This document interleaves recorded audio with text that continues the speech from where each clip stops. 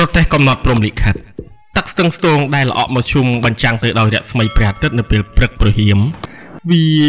រលកដុំតូចបង្ហាញឲ្យឃើញនៅបរិយាកាសនៃធម្មជាតិដ៏ស្រគត់ស្រគំរទេះគោដ៏ច្រើនមហិមាដែលយើងមិនអាចសន្និដ្ឋានបានថាពួកគេកំពុងធ្វើដំណើរមកពីភូមិណាខ្លះដើម្បីទទួលពួកយើងនៅឡើយអ្នកបរទេះទាំងឡាយពួកគាត់ស្លៀកពាក់ពណ៌ខ្មៅដែលបង្ហាញទឹកមុខពោពេញទៅដោយភាពស្វាគមន៍មកលើពួកយើងក្នុងសភាពជាធម្មតាខណៈនោះម្ដាយខ្ញុំពោលទៅកាន់ពូអ្នកបរម្នាក់ថាពួកខ្ញុំអាចជារទេះមួយណាក៏បានដែរឬពូអ្នកឆ្លើយនោះអ្នកបរនោះក៏ឆ្លើយតបមកម្ដាយខ្ញុំវិញយ៉ាងរួសរាយថាបាទអ្នកអាចជារទេះមួយណាក៏បានដែរលើដូច្នោះម្ដាយខ្ញុំគាត់ហាក់បីដូចជាត្រេកអរណាស់បន្ទាប់មកពួកយើងបានជ្រើសរើសរទេះមួយពឹងឲ្យគេជូនយើងសម្ដៅទៅគោលដៅថ្មីរទេះដឹកយើងចម្លងស្ពានស្ទូងចំណាយពេលវេលាប្រមាណ7-15នាទីស្របជាមួយនឹងរទេះ 4-5 ទៀតដែលដឹកគ្រួសារដទៃបានបត់ទៅស្ដាំហើយដាក់យើងចុះនៅមុខគេហដ្ឋានមួយទីនោះជាសហករណ៍ដែលស្ថិតនៅក្នុងភូមិថ្នោតលុះដាក់ពួកយើងចុះហើយអ្នកបរបានបកស្រាយយ៉ាងប្រញាប់បានបកក្រោយយ៉ាងប្រញាប់ដើម្បីទៅទទួលអ្នកដទៃដោយពួកយើងមកសារជាថ្មីទៀតនៅទល់មុខនឹងសហករណ៍អ្នកភូមិស្លៀកពាក់ពណ៌ខ្មៅជាច្រើនអ្នកកំពុងកោស្ករត្នោតបង្ហើរក្លិនឈ្ងុយឈ្ងប់បណ្ដាលឲ្យខ្ញុំលាតទឹកមាត់ក្អឹកដោយទ្រាំពុំបានខ្ញុំក៏កេះម្ដាយខ្ញុំឲ្យពោលទៅកាន់គាត់ថាខ្ញុំចង់ញ៉ាំស្ករត្នោតណាស់ម៉ាក់មិនអីទេចាំបន្តិចទៀតយើងមកសុំចែកពីគេណាកូនម្ដាយខ្ញុំឆ្លើយតបដោយទឹកមុខញញឹមហាក់បីដូចជាគាត់ក៏មានបំណងដូចខ្ញុំដែរក្រោយមកលុះរទេះបានទៅទទួលអ្នកជំនះដោយពួកខ្ញុំមកថែមទៀតបានចំនួនមនុស្សប្រមាណជា150នាក់មកជុំគ្នានៅសហករណ៍ហើយប្រធានភូមិឈ្មោះតាសោតបានចាត់ចែងអំពីលំនៅឋានឲ្យយើងរាល់គ្នាមូលហេតុដោយគ្រួសារខ្ញុំមានគ្នាដល់ទៅ7នាក់តាសោតបានចាត់ចែងឲ្យទៅរស់នៅជាមួយផ្ទះតាសុនដែលរស់នៅតែឯងផ្ទះតាសុននៅទល់មុខនឹងផ្ទះតាសោតដែលជាប្រធានភូមិផ្ទះតាសុនសង់អំពីឈើផុតពីដីដើម្បីបង្ការវេលាមានទឹកជំនន់ប្រក់ក្បឿងមិនខុសពីអ្នកភូមិដទៃទៀតឡើយហើយនៅឯក្រោយផ្ទះគាត់មានដើមចេកជាច្រើនដើមតាសុនកំពុងអង្គុយបញ្ឈរក្បាលជង្គង់យើងរាល់គ្នាបានជម្រាបសួរគាត់តាមអាការៈគួរសមអារម្មណ៍ខ្ញុំនៅតែបង្ហើរទៅលើស្ករត្នោតដែលគួរឲ្យឆ្ងាញ់នោះនៅឡើយខ្ញុំនិងអាណែតកាន់ចាននឹងដៃជាស្រេចហើយទឿនអ្នកម្ដាយទៅសុំចែកស្ករពីអ្នកភូមិម្ដាយខ្ញុំពោលទៅកាន់អ្នកកោស្ករដោយសម្ដីរដើនបន្តិចថាពូអើយអ្នកអើយចែកស្ករឲ្យខ្ញុំបន្តិចងកបានឬទេអ្នកកោស្ករទទួលចានពីដៃខ្ញុំហើយដូរស្ករដួសស្ករដាក់ចានឲ្យខ្ញុំមានចំណុះច្រើនមកជុំខ្ញុំកាន់ចានស្ករត្នោតដែលទើបនឹងកោថ្មីក្តៅអ៊ុនក្លិនក្រអូបប្រហើរទាំងចិត្តតក់ក្រហល់ប្រញាប់វិលត្រឡប់ទៅផ្ទះដើម្បីហូបជុំគ្នានឹងបងប្អូនវិញលុះបានមកដល់ផ្ទះហើយយើងកាន់ស្លាបព្រាម្នាក់មួយត្រៀមខ្លួនមកអង្គុយជុំវិញចានស្ករដែលនឹងអាចឧបត្ថម្ភជាវីតាមីនចំពោះពួកយើងវេលានោះយើងមិនចាំបាច់អ្នកណាគូសមអ្នកណាទេម្យ៉ាងទៀតយើងក៏មិនខុសប្លែកពីវងស្រមោចរោមស្ករដែរទោះបីជាស្ករអស់រលីងពីចានទៅហើយក្តីខ្ញុំនិងអាណែតនៅមិនទាន់អស់ចិត្តយើងទាំងពីរនៅលិតមាត់លិតដៃលិតស្លាបព្រាមិនចង់ឃ្លាតចាកពីចានឡើយមួយសន្ទុះក្រោយមកក្មេងអ្នកភូមិម្នាក់មកហៅយើងឲ្យទៅទទួលរបបជាពិសេសចង្អុលទៅលើអង្ករអំបិលបាយបបរដែលជាស្បៀងអាហារដែលគេបំរុងនឹងចែកនៅសហករណ៍គេឲ្យយើងកត់ចំនួនគ្រួសារភេទឈ្មោះអាយុរៀងខ្លួនទើបគេចែកអង្ករដើម្បីឲ្យយើងទុកហូបប្រមាណជា 2-3 ថ្ងៃព្រមទាំងអំបិលបន្តិចបន្តួចផងវេលានោះអរិយាប័ត្រអ្នកភូមិទាំងឡាយមានសភាពធម្មតាមកលើពួកយើងដែលជាជនជំនះម្ល៉េះហើយយើងមិនទាន់អាចសន្និដ្ឋានបានថាពួកគេជាឆ្មាលាក់ក្រចកនៅឡើយទេពេលត្រឡប់មកដល់ផ្ទះវិញតាសុនម្ចាស់ផ្ទះពោលមកកាន់ពួកខ្ញុំថានៅឯស្ទឹងខាងក្រោយផ្ទះសម្បូរក្រុមណាស់ណាជាពិសេសក្រោមម្លប់ឈើលើដូច្នោះខ្ញុំសែនច្រាស់ច្រាលនៅលែងសុកមួយកន្លែងក៏បបួលអាណែតសម្ដៅទៅស្ទឹងភ្លាមមួយរំពេចដើមឆ្នាំ1976នារដូវប្រាំងទឹកស្ទឹងស្ទងមានជម្រៅត្រឹមចង្កេះខ្ញុំដែលវេលានោះខ្ញុំមានអាយុ11ឆ្នាំខ្ញុំនិងអាណែតហែលទឹកស្ទឹងលេងមួយសន្ទុះធំទើបយើងនាំគ្នាចាប់ផ្ដើមរាវក្រុមនៅក្រោមម្លប់ឈើតាមពាក្យតាសុនក្រុមជាច្រើនសងំនៅចន្លោះគ្រោះនិងគ្រោះយ៉ាងសុកសានជាទីបំផុតវេលានោះប្រកាសជាពួកគេមិននឹកស្មានថានឹងមានព្រានស្រីតូចៗពីរអ្នកបងប្អូនមកយាយីជីវិតពួកគេឡើយយើងចំណាយពេលវេលាប្រមាណជា1ម៉ោងរាវបានក្រុមប្រហែលជា1គីឡូក្រាមយកមកស្ងោរដាក់អំបិលហូបជុំគ្នានៅវេលាអាហារល្ងាចនោះតែម្ដង ស្របគ្នានឹងពេលនោះខ្ញុំក៏មិននឹកស្មានថានេះគឺជាវេលាចុងក្រោយបំផុតដែលគ្រួសារយើងបាននៅហូបចុកជួបជុំគ្នាបែបនេះជាពិសេសនៅវេលានោះខ្ញុំក៏មិននឹកស្មានដល់ទៅថារទេះដែលយើងជ្រើសរើសចិត្តជិះថ្ងៃនោះជារទេះកំណត់ព្រំលិខិតគ្រួសារខ្ញុំទៅអនាគតឡើយ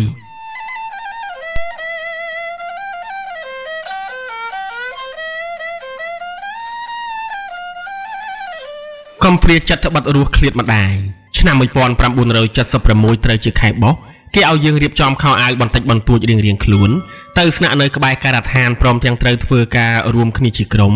ទៅតាមអាយុភេទដែលអង្គការបញ្ជាគេឲ្យខ្ញុំទៅធ្វើការរួមជាមួយនឹងក្រុមកុមារអ្នកភូមិចំណែកបងគាត់ត្រូវចូលធ្វើការងារជាក្រុមដោយឡែកជាមួយនឹងអ្នកថ្មីដូចគ្នា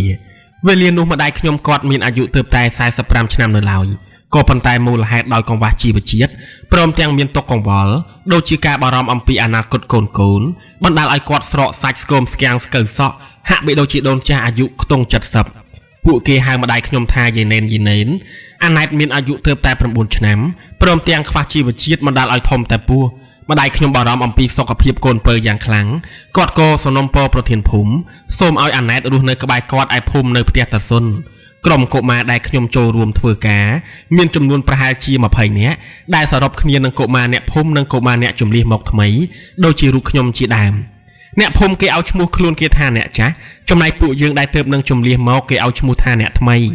វេលានោះអ្នកចាស់ដែលមានវ័យអាយុភាគច្រើននោះគេបានទៅប្រយុទ្ធនៅសមរភូមិមុខសឹងតែរាល់គ្នាមកលហើយយុវវ័យអ្នកចាស់ចំនួនតិចតួចណាស់គេនៅធ្វើការក្បែរភូមិថ្នោតដែលហៅថាទួលភ្នងទួលផ្លងក៏ប៉ុន្តែយើងមិនអាចសន្មតថាពួកគេមានមុខងារជាអ្វីឡើយនេះគឺជាគ្រាដំបូងបំផុតដែលខ្ញុំត្រូវរស់ឃ្លាតឆ្ងាយពីអ្នកម្ដាយជាទីស្រឡាញ់ខ្ញុំសែនក្តុកក្តួលព្រមទាំងកំព្រាចិត្តឥតឧបមាដោយយល់ថាត្រូវគេងតែឯងក៏ប៉ុន្តែសំណាងល្អណាស់ដោយវេលានោះខ្ញុំបានធ្វើការក្បែរនឹងក្រុមបងថាល់ដែលសុទ្ធតែជាយុវជនអ្នកថ្មីដូចគ្នាក្រុមបងថាល់ទទួលបន្ទុកច្រូតកាត់បោកបែនចំណែកពួកខ្ញុំក្រុមកុមារទទួលបន្ទុករើសគួរស្រូវតាមពីក្រោយទីសម្រាប់របស់យើងប្រក់ដំបូលអំពីចម្បាំងព្រមទាំងកំរាលក៏ក្រាលអំពីចម្បាំងដែរយើងគ្មានកន្ទេលដើម្បីក្រាលដូចអ្នកចាស់ទេត្រូវសម្រាប់លើចម្បាំងផ្ទាល់ម្ល៉េះហើយបណ្ដាលឲ្យស្គៀបខ្លួនសឹងតែគេមិនលក់មិនតែប៉ុណ្ណោះសត្វល្អិតជាច្រើនប្រភេទដែលរស់នៅក្នុងចម្បាំងតែងមករំខានដំណេកយើងមិនឲ្យសម្រាប់បានស្កប់ស្កល់រាល់រាត្រីម្យ៉ាងទៀតដោយសារការងារប្រចាំថ្ងៃមានការមមាញឹកយើងរកតែពេលងូតទឹកក៏គ្មានដែរមូលហេតុដោយយើងធ្វើការដោយឡែកពីគ្នាចាប់តាំងពីពេលនោះមកខ្ញុំមិនបានដឹងថាបងម៉ៅបងតូរ៉ាមានមុខការអ្វីព្រមទាំងគាត់រាល់គ្នារស់នៅទីណាឡើយរីឯម្ដាយខ្ញុំគាត់នៅធ្វើការឯភូមិជារៀងរាល់ថ្ងៃចំណែកអាណែតតែងតែនៅក្បែរគាត់ជាដរាបមិនតែប៉ុណ្ណោះក្រុមយុវជនបងថាក្តីក្រុមកុមារពួកខ្ញុំក្តី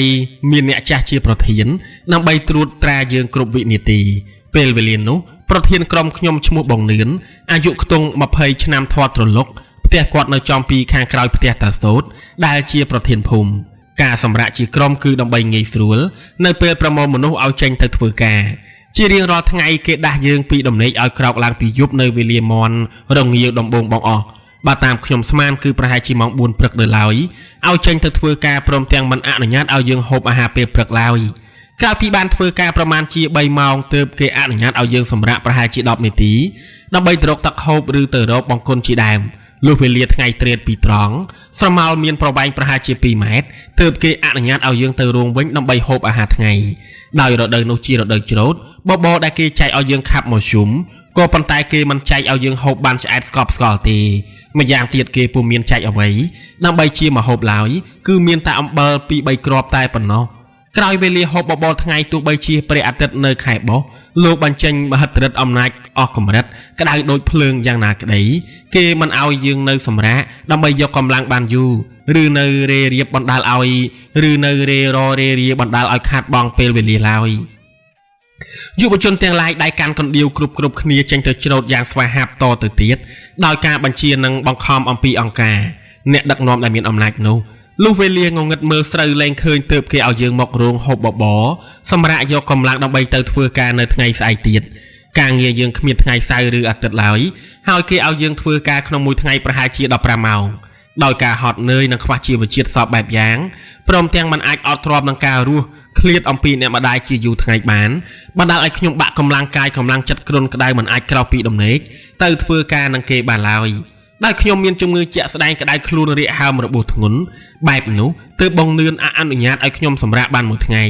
មូលហេតុដោយមិនឃើញខ្ញុំទៅធ្វើការបងថាល់មានការបារម្ភមកលើរូបខ្ញុំយ៉ាងខ្លាំងលុះយូរបន្តិចគាត់បានមកសួរសុខទុក្ខខ្ញុំព្រមទាំង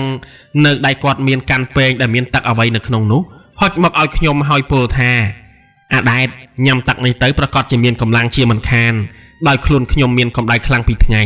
បណ្ដាលឲ្យឈឺចាប់សពសារពាង្គកាយក៏ប៉ុន្តែដោយបានបងថាល់ជួយគ្រាខ្ញុំក៏អាចក្រោកអង្គុយហើយទទួលពេងពីដៃគាត់អរគុណបងថាល់មូលហេតុដោយរំភើបនិងសន្តានចិត្តដ៏ល្អរបស់បងថាល់មកលើរូបខ្ញុំនៅពេលនោះបណ្ដាលឲ្យខ្ញុំអួលដាមកស្ទើរតែនិយាយទៅកាន់គាត់វិញមិនចេញទឹកដែលមាននៅក្នុងពេងមានរសជាតិចម្លែកព្រមទាំងផ្សំនឹងជាតិប្រៃបន្តិចបន្តួចដោយសារទឹកចម្លែកដែលបងថាល់ឧបត្ថម្ភឲ្យខ្ញុំកាលពីយប់ម្សិលមិញទើបធ្វើឲ្យខ្ញុំមានកម្លាំងព្រឹសហើយអាចទៅធ្វើការនឹងគេបាននៅថ្ងៃបន្ទាប់ដោយធម្មតាលុះប៉ុន្មានថ្ងៃកន្លងមកទើបខ្ញុំបានដឹងថាទឹកចម្លែកនោះគឺជាទឹកស៊ុបពោះបងថាល់លាយើងហើយឆ្នាំ1976ខែមេសាប៉ុន្មានថ្ងៃកន្លងមកនេះអង្គការបានមកកោះហៅពូដែលធ្វើការជាមួយបងថាល់នាំទៅកសាងឡើងវិញជនដែលមានការចោទប្រកាន់ថាកាលពីសម័យសក្តិភូមិមានមុខងារជាមន្ត្រីនាម៉ឺនកុងសីនាយទុនជាដើមដើម្បីផ្ដន់ទានទោសសឹងតែរៀងរាល់ថ្ងៃជាបន្តក៏ប៉ុន្តែគួរឲ្យចម្លែកណាស់មូលហេតុដោយយើងមិនដែលបានឃើញនរណាម្នាក់អាចវិលត្រឡប់មកវិញឡើយដោយសារការប្រឹងប្រែងយ៉ាងសកម្មរបស់ក្រុមបងថាល់កិច្ចការច្រូតកាត់បានរួចរាល់ជាស្ថាពរមុននឹងផ្លាស់ប្ដូរទៅកន្លែងថ្មីនិងដើម្បីទទួលបន្ទុកការងារថ្មីអង្គការអនុញ្ញាតឲ្យយើងវិលត្រឡប់ទៅលេងផ្ទះឯភូមិបាន2ថ្ងៃខ្ញុំសានរំភើបស្ទើរឥតឧបមាហើបជើងមិនផុតពីដីនឹងការដែលបានវិលទៅជួបអ្នកម្ដាយនិងប្អូនស្រីជាទីនឹករលឹកនិងជាទីស្រឡាញ់ពួកបងថាត្រូវនៅរុះរោងសិនខ្ញុំអន្ទះសារមិនអាចនៅចាំតម្រាំគាត់រុះរោចប់បានឡើយក៏ធ្វើដំណើរវិលត្រឡប់មកភូមិមុនជាមួយនឹងមិត្តស្រីអ្នកថ្មីដូចគ្នាដែលខ្ញុំតែងហៅគេថាអាឃីមយើងនិយាយគ្នាលេងតាមផ្លូវសំដៅទៅភូមិយ៉ាងរីករាយខ្ញុំបានទៅដល់ភូមិមុនវេលាថ្ងៃត្រង់នៅពេលខ្ញុំឡើងទៅដល់លើផ្ទះតាសុនជាម្ចាស់ផ្ទះកំពុងអង្គុយបញ្ឈរក្បាលជង្គង់ពោលមកកាន់ខ្ញុំថាម្ដាយឯងទៅវាយដីដំបូកដើម្បីធ្វើជីនៅផ្ទះអ្នកចាស់ខាងលិចឯណោះណាខ្ញុំថ្លែងអំណរគុណយ៉ាងជ្រាលជ្រៅដល់គាត់ហើយប្រញាប់ប្រញាល់សម្ដៅទៅរកអ្នកម្ដាយនិងអាណែតយ៉ាងរុះរាន់នៅពេលបានឃើញរូបខ្ញុំអ្នកម្ដាយនិងអាណែតហាក់បីដូចជារីករាយមិនខុសប្លែកពីអារម្មណ៍ខ្ញុំឡើយគឺមូលហេតុដោយយើងរនឹករលឹកទៅគ្នាទៅវិញទៅមកយ៉ាងពន់ពេកវេលាសម្រាប់ថ្ងៃត្រង់យើងទាំង3ដើរត្រសងត្រឡប់ទៅផ្ទះវិញហើយរៀបចំអាហារថ្ងៃហូបជួបជុំគ្នាយ៉ាងល្អកល្អឿនមួយសន្ទុះក្រោយមកភ្លៀងធ្លាក់ជោកជាំដី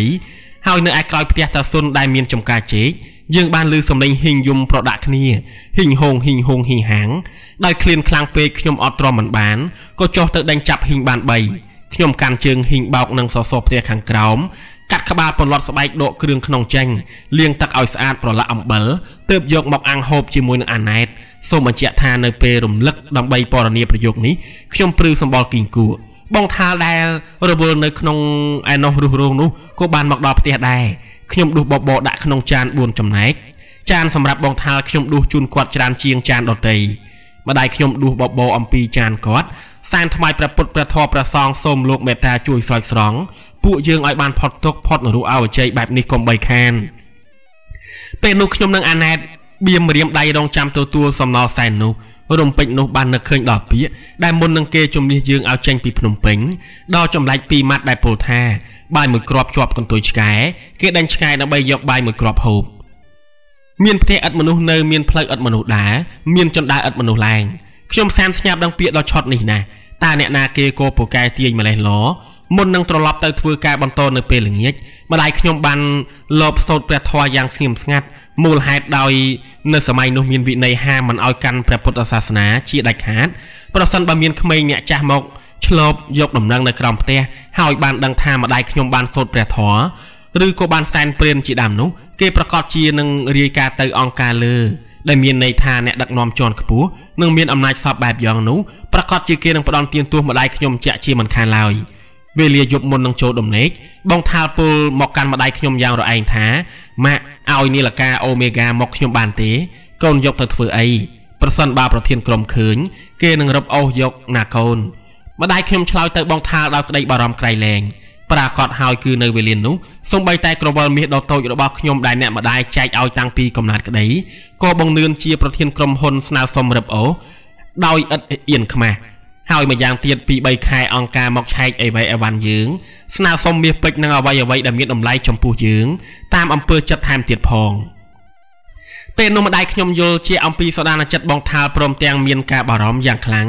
ដោយយល់ឃើញថាបងថាលប៉ុនប៉ងកិច្ចឲ្យផុតអំពីប្រភពពួកអាក្អែកដោយសម្លៀកបំពាក់ពួកគេឲ្យពណ៌ខ្មៅគ្រប់គ្នាយើងប្រៀបធៀបនឹងក្អែកវេលានោះខ្ញុំទើបតែមានអាយុ11ឆ្នាំក្តីប៉ុន្តែខ្ញុំអាចយល់នៅសភាពដ៏តឹងរ៉ឹងយ៉ាងច្បាស់ថាគម្រោងដែលបងថាកំពុងពងមិនខុសប្លែកអំពីពាក្យថាមកមានចូលភ្លើងឡើយពីយប់នេះខ្ញុំរំភើបក្រៃលែងដោយបានគេងអមអ្នកម្ដាយជាមួយអាណែតអំឡុងពីយប់នោះអ្នកម្ដាយបានទានបាននិទានរឿងយ៉ាងពីរោះឲ្យពួកខ្ញុំស្ដាប់បណ្ដាលឲ្យខ្ញុំលើកម្រាមដៃទាំង10បន់មិនឲ្យចង់ឲ្យថ្ងៃស្អែកឈានចូលមកដល់តតែសោះមូលហេតុដោយថ្ងៃស្អែកអាចបំបែករូបខ្ញុំឲ្យទៅរស់នៅឃ្លាតឆ្ងាយពីអ្នកម្ដាយជាថ្មីម្ដងទៀតក៏ប៉ុន្តែទោះបីជាខ្ញុំខំបួងសួងបន់ស្រន់យ៉ាងណាក៏ព្រះអាទិត្យលោកមិនប្រណីបន្តិចតតែសោះលោកបញ្ចេញរិទ្ធបងវល់កងកម្មវត្តសង្សារមនុស្សលោកដោយប្រក្រតី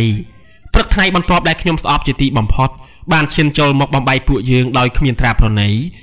លើកនេះក្រុមបងថាលត្រូវធ្វើដំណើរទៅកាន់ខេត្តកំពង់ធំដើម្បីលើកទំនប់និងជីកប្រឡាយចំណែកក្រុមខ្ញុំកុមារត្រូវទៅលើកភ្លឺស្រែ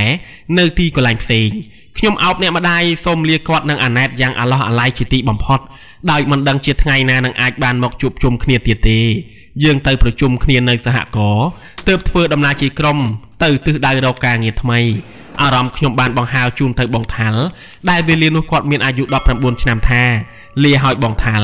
សូមបងប្រកបដោយសេចក្តីសុខសង្ឃឹមជួបបងនៅវេលាថ្ងៃក្រោយទៀតកុំបីខានឡើយគឺវេលានោះហើយដែលខ្ញុំបានក្រវីដៃលាបងថាលនៅគ្រាចុងក្រោយបងអស់